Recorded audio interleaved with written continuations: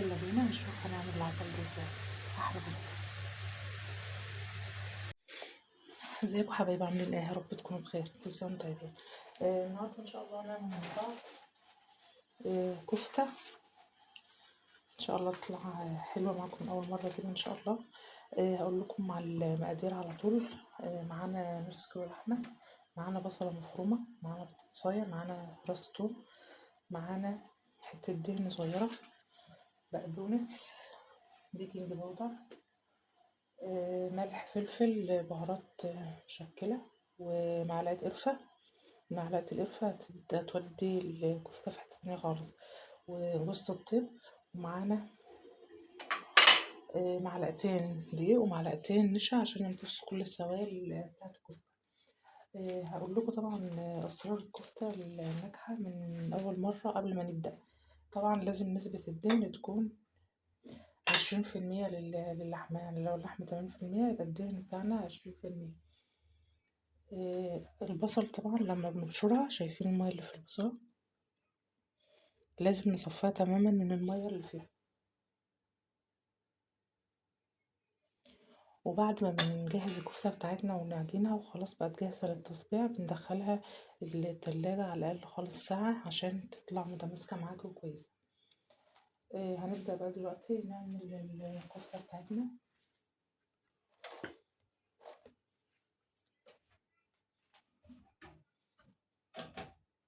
ممكن تضربها في ايدك عادي، وممكن نعجنها في العجان.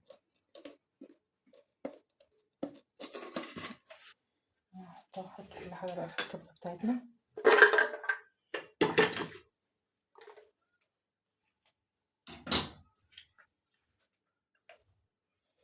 توم، بقدونس، كزبرة،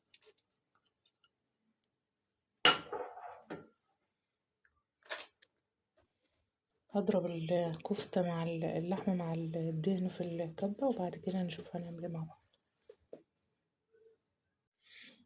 دي الكفتة بتاعتنا مع اللحمة. هنحط معلقتين دقيق ومعلقتين نشا عشان زي ما قلت لكم النشا والدقيق هيمتصوا السوائل من البصل.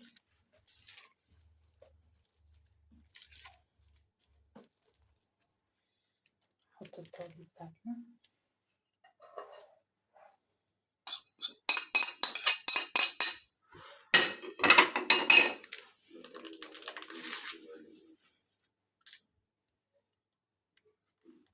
معلقة بيكنج باودر،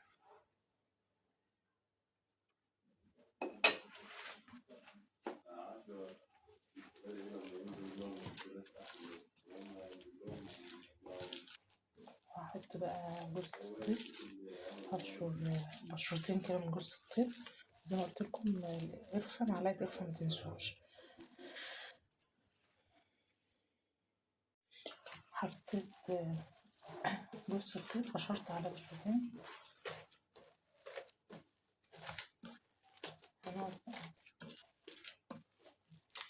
نعجن فيها كده على الأقل خالص ربع ساعة.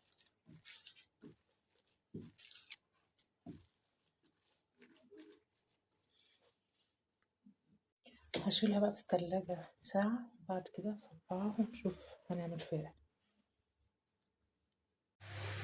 هنصبعها بقى زي ما انتم شايفين كده، وندخلها الفرن نحمرها من فوق ومن تحت، ونشوف شكلها عامل ازاي. ادي شكل العسل بتاعتنا بعد ما خلصت. طريقة سهلة وجميلة متاخدش منك وقت خالص. لو الفيديو عجبكم متنسوش تعملوا لايك ومشاركة الفيديو ومشاركة في القناة. اشوفكم في فيديو جديد ان شاء الله.